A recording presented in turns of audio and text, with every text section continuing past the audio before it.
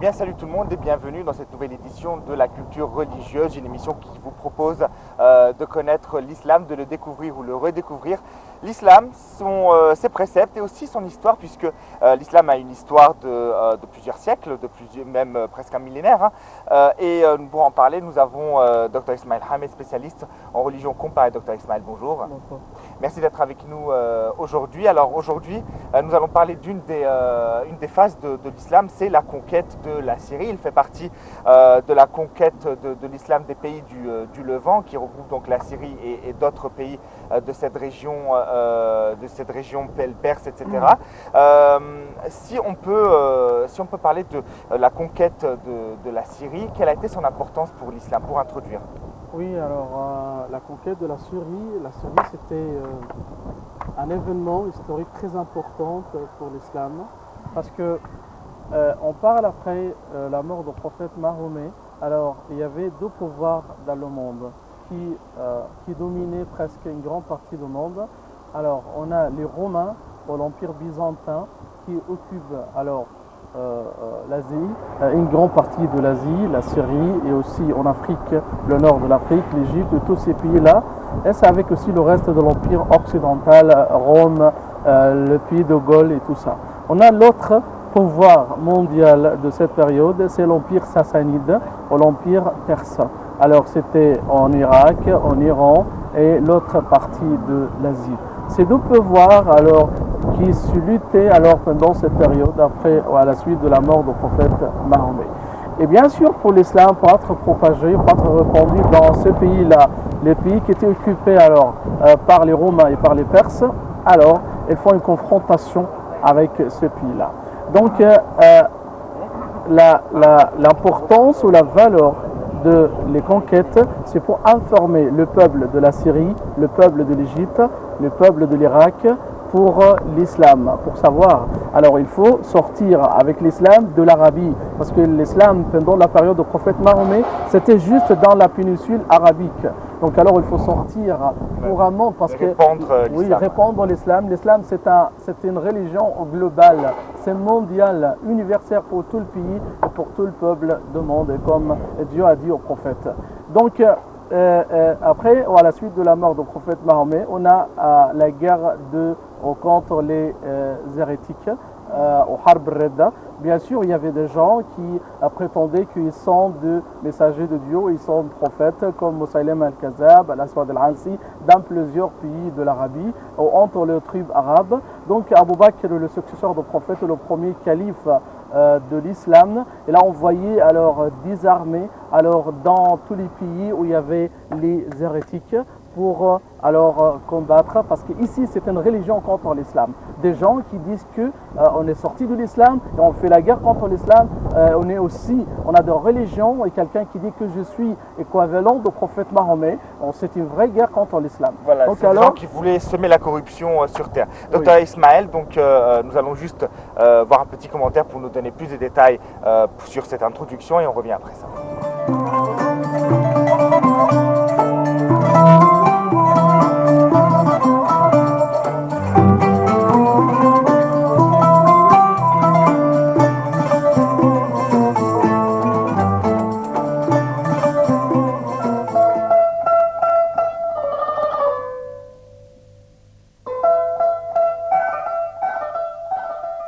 Après la mort du prophète Mohammed, salut et bénédiction de Dieu sur lui, en 632, les califes et ses successeurs partent à la conquête des empires perses et byzantins. Ils vont notamment faire la conquête de la Syrie et la Palestine de 633 à 638. Une série de campagnes menées essentiellement sous le commandement de Khalid ibn al-Walid, Ubayd ibn al-Jarrah et Yazid ibn Abi Sufyan ont abouti à la victoire de l'armée musulmane et la défaite de l'empire byzantin.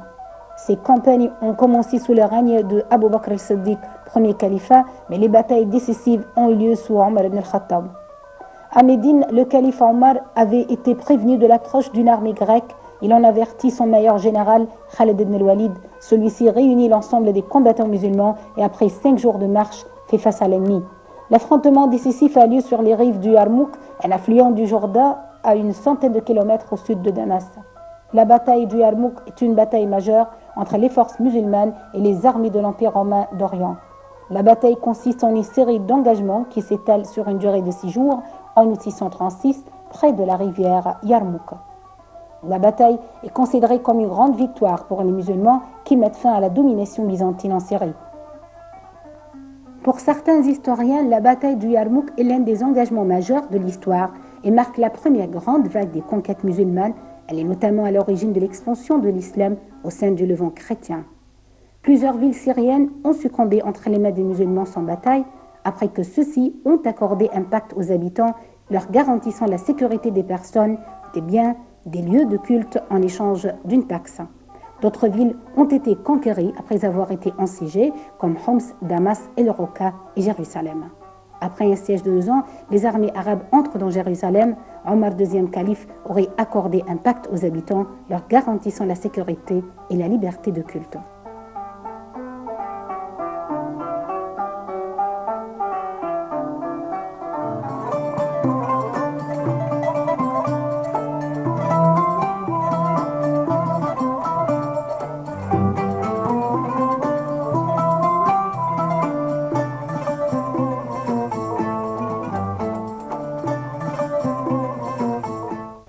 À notre édition de la culture religieuse. Justement, notre sujet aujourd'hui, c'est la conquête musulmane de la Syrie. Et notre invité est Dr Ismaël Hamé, spécialiste en religion comparée. Dr Ismaël, cette guerre a été l'occasion de faire valoir disons les prouesses et surtout le caractère chevaleresque de ce qu'on appelle les Khulafa Rashidun, donc les califes orthodoxes, donc Omar ibn al-Khattab et parmi eux donc Omar ibn al-Khattab et Khalid ibn Walid et bien sûr Abu Bakr as-Siddiq que vous avez évoqué tout à l'heure. Parlez-nous de ces personnages mythiques dans la culture de l'islam. Alors, on parle des grands compagnons de l'islam. Alors, si on parle des 4 califes, on a Abu Bakr, le successeur du prophète, le compagnon le plus proche du prophète Mahomet. Il est aussi le beau-père du prophète Mahomet, il est le père de Sayyida Aïcha. Alors il était aussi le deuxième personnage dans le caveau pendant le miracle de l'émigration du prophète. On parle d'un très grand personnage de l'islam et on dit toujours qu'il est le personnage le plus important de l'histoire de l'homme après le prophète. Et quand tu fais le prophète dans une catégorie, la première personne après le prophète, c'est Abu Bakr as-Siddiq. Et après, on parle de Omar al-Farouk, celui qui Dieu alors sépare la justice par rapport à la justice et tout ça, c'est par Omar ibn al-Khattab. C'est bien sûr le prophète Mahomet qui l'a bien recommandé. Et Omar, c'est un grand calife, le deuxième calife qui a régné alors l'empire musulman alors à peu près 10 ans. Le troisième, c'est Othman. Vous avez dit il a renié l'islam pendant 10 ans, je ne comprends pas. C'est-à-dire qu'au départ, il n'était pas musulman pendant 10 ans, et après 10 ans, il est venu de... Non, on parle de l'empire, parce que pendant la période du prophète Mahomet, c'était un État musulman. Après le prophète, alors on avait des conquêtes, l'islam a été répandu dans plusieurs pays du monde, donc ça commence l'idée d'avoir un empire musulman. Donc alors, c'était bien sûr un roi, c'est un calife d'un grand empire. D'accord, il a régné dans cet empire. D'accord. Ensuite, donc on parle de Othman ibn Affan, bien sûr aussi, c'est un grand aussi, c'est un des 10 qui était aussi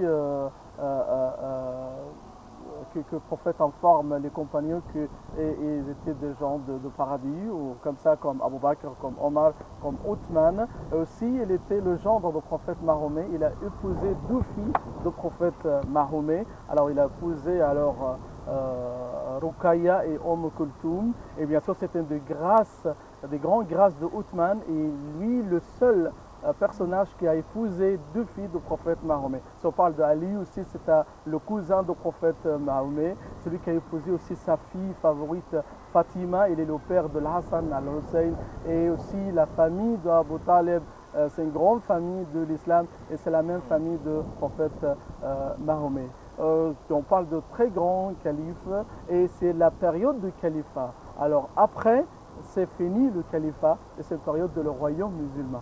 Parce qu'après, c'était un royaume, un roi, et il était suivi par son fils, et comme ça. Et ça n'existe pas avant. Donc un royaume héréditaire, quoi. Oui, c'est héréditaire. Mais oui. justement, comment le roi était choisi? C'est par rapport à sa descendance avec le prophète ou c'était comment? Ah, c'est après le calife ou c'est comment? Vous avez dit que après le califat, il n'y a plus de califat. Oui, c'est Après, fini, le, c'est le, fini, le le dernier califat. calife, c'est C'est Ali. Ali ibn Abi Talib. Oui. Ali ibn Abi Talib est le dernier calife et ensuite ce sont des rois. Alors, après l'assassinat d'Ali, radiallahu anhu, alors il était suivi par son fils Al-Hassan, celui qui était élu par les musulmans, mais il ne restait que 6 mois. Après, il y avait de luttes, il y avait de problèmes, de sédition.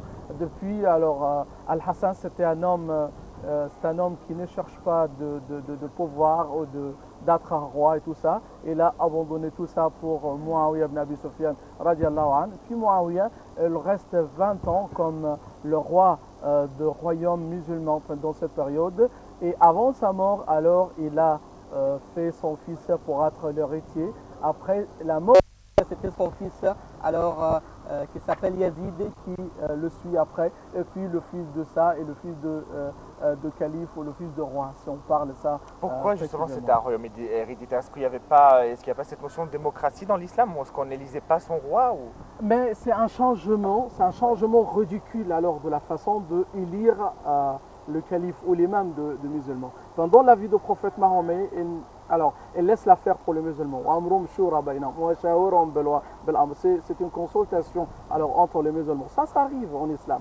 Mais pendant les 4 califes, alors c'était les musulmans qui élisent. Alors c'est qui doit être avec Al-Bay'a ou avec tout ça. Mais à la suite de Al-Hassan qui a abandonné alors, le règne, le pouvoir et tout ça, c'est un grand changement avec Muawiyah. Donc ouais. on avait la dynastie Omeyyade et tout ça. D'où le déclin de l'empire musulman justement. Alors, on peut retourner à un autre sujet. On parle de la conquête de la Syrie. Vous avez dit que c'est un événement important justement dans l'histoire de l'islam. La Syrie était un point stratégique, je crois. Bien sûr, la Syrie, c'est un point qui sépare l'État musulman alors de l'Empire byzantin ou l'Empire romain.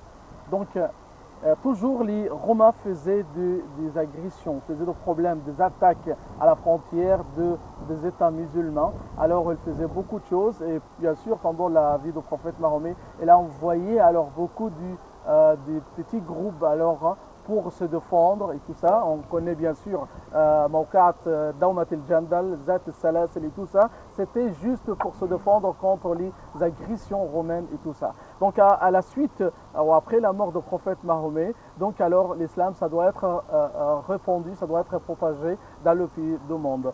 Donc Abu Bakr il a envoyé 12 armées, une armée vers l'Irak contre les Perses et une autre armée alors vers la Syrie. Donc l'armée pour la Perse, c'était 12 armées contemporaines pendant presque la même période. Donc l'armée de l'Irak, c'était menée par Khalid ibn al-Walid. Et l'autre armée, alors c'était avec Abu Ubaïda ibn al-Jarrah, avec beaucoup d'autres commandants comme Amr ibn al-As, Shurhabil ibn Husna et plusieurs d'autres, Khalid ibn Saïd ibn al-As. Donc il avait un problème pour l'armée en Syrie. Abu Ubaïda c'était un homme de guerre, c'était pas un commandant militaire.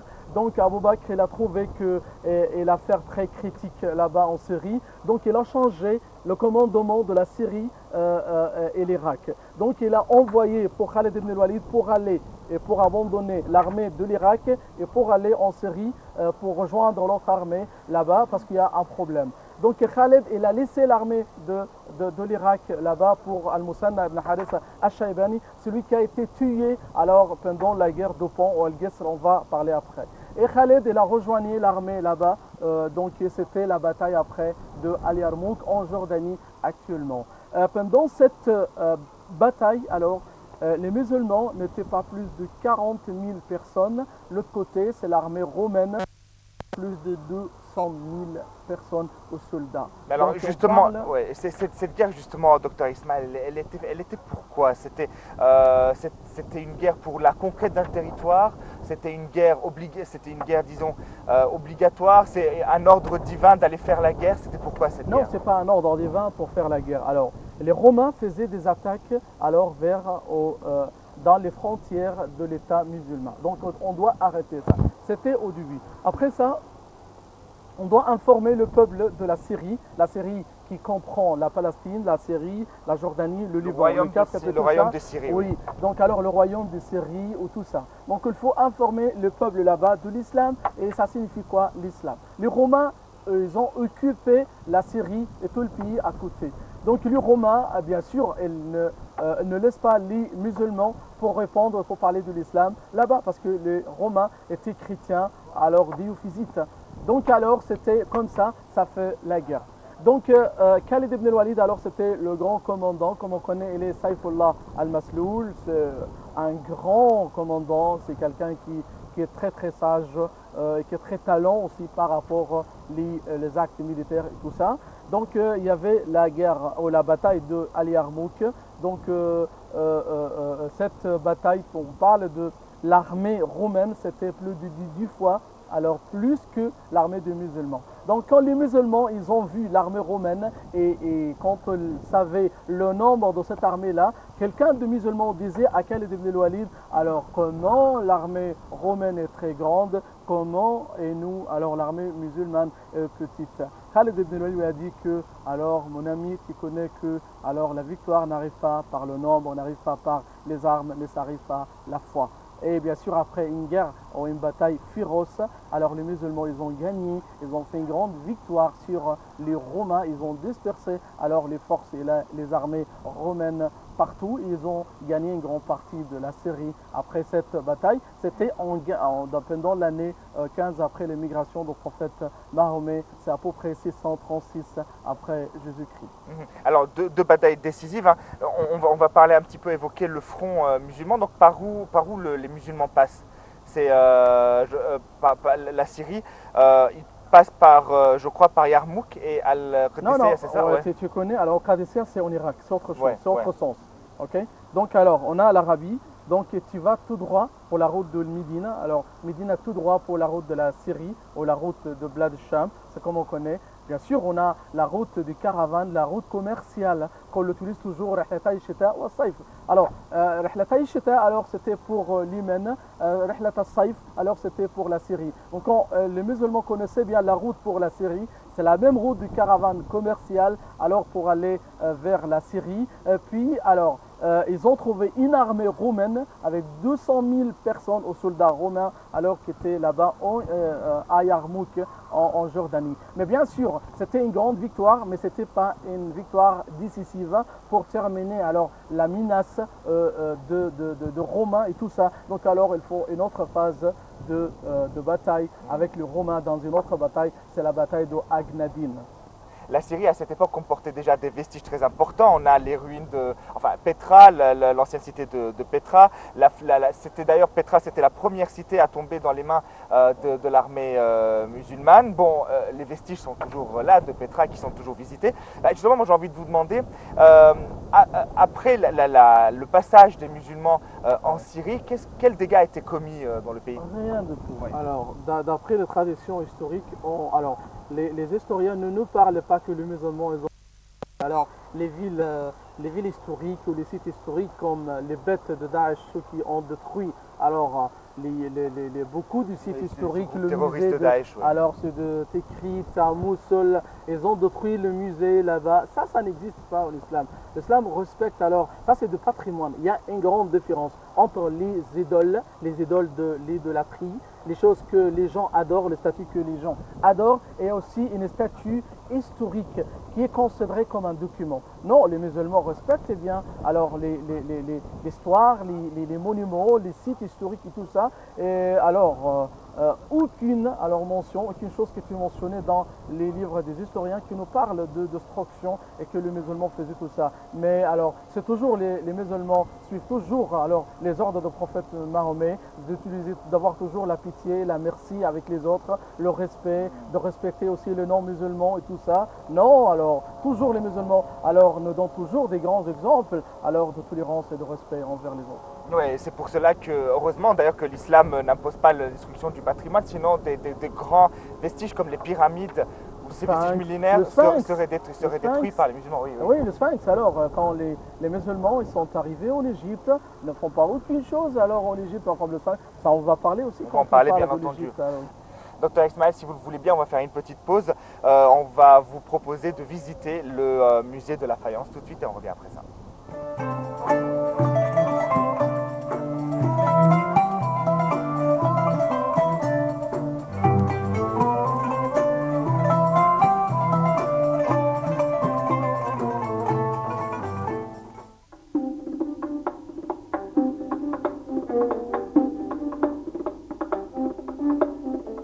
Le musée de l'art islamique est considéré comme l'un des plus importants au monde en raison de son exceptionnelle collection de bois rares, de plâtres, de textiles, ainsi que d'objets métalliques, en céramique, en verre et en cristal, datant de toutes les périodes et provenant de l'ensemble du monde islamique.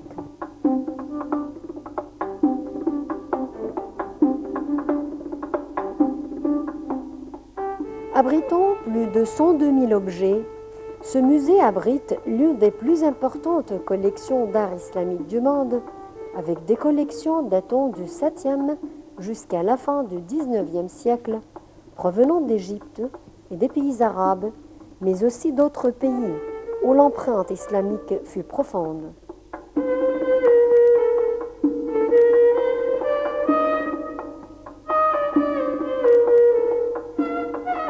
L'idée de construire un musée d'art islamique naquit vers 1869. Le musée du Caire avait été conçu à l'origine pour préserver le patrimoine égyptien des pilleurs d'antiquité qui ont écumé le pays au XIXe siècle et au début du XXe.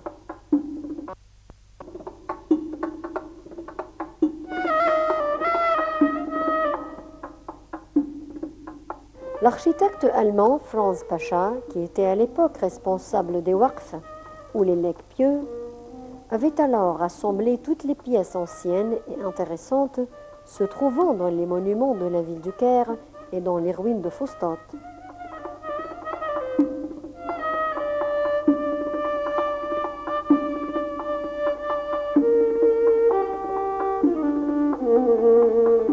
Il eut alors l'occasion de recueillir de nombreux objets précieux, témoins des époques fatimides et mamelouks, ainsi que de nombreuses pièces sculptées en bois ou en pierre.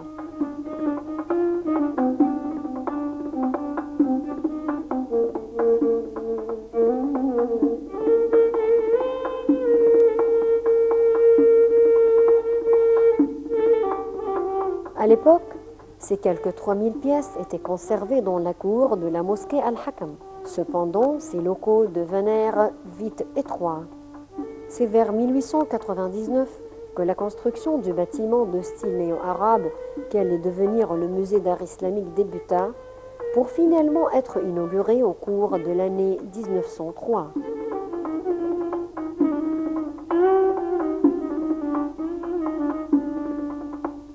Alors que la partie est des locaux est connue sous le nom de la Maison des Antiquités arabes, la partie ouest porte le nom de la Bibliothèque du Sultan.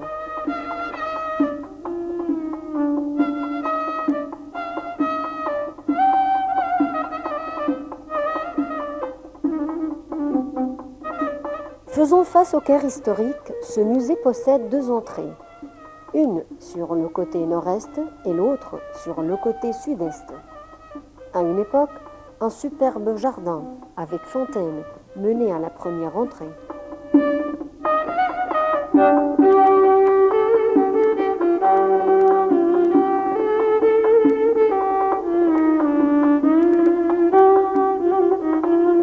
L'entrée située sur la rue Port Saïd a une superbe façade dont les décorations et les renfoncements furent inspirés par l'architecte islamique datant de plusieurs périodes.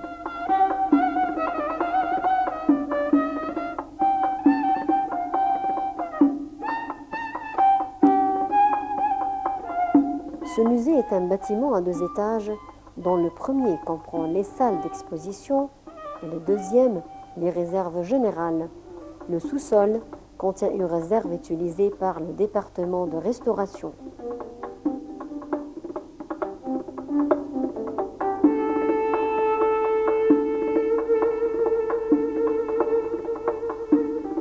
Le plus grand musée d'art islamique du monde a rouvert ses portes au Caire après 7 ans de travaux. Près de 2500 objets issus des diverses époques islamiques sont exposés au public.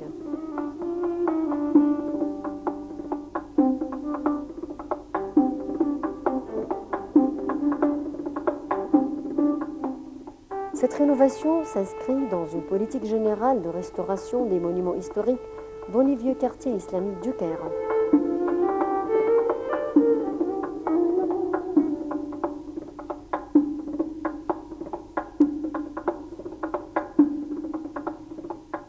Le musée islamique se prévaut d'abriter l'une des plus importantes collections d'art islamique du monde.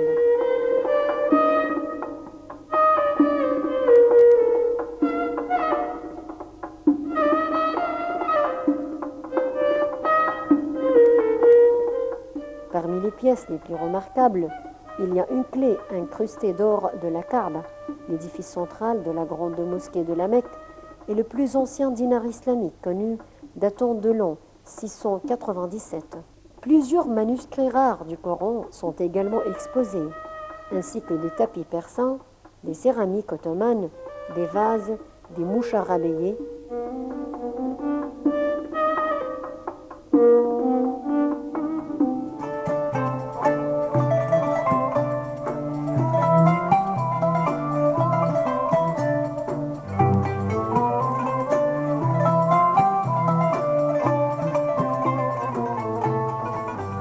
De retour pour conclure cette édition de la culture religieuse, la conquête de la Syrie est très longue, hein. On doit parler de beaucoup justement de batailles, c'est ça? Oui, bien sûr. Alors Oui. quelle bataille importante Alors, on a pour Agnadine, on Ouais. a Agnadine, on a la bataille de la conquête de Beit el-Maqdis. Alors, il y a beaucoup de choses qu'on doit parler sur Beit Donc el-Maqdis. la conquête de Jérusalem, Beit el-Maqdis, Omar ibn al-Khattab là-bas et la construction de la mosquée de Omar à Beit el-Maqdis. Il y a beaucoup de grands événements là-bas. Eh oui, donc une bataille très importante dans l'islam. On aura l'opportunité d'y revenir ultérieurement. Je remercie mon invité, Dr Ismaël Hamel, spécialiste en religion comparée, d'avoir été avec nous. Je vous remercie, chers téléspectateurs, de nous avoir suivis. Je vous retrouve très bientôt. Assalamu alaikum.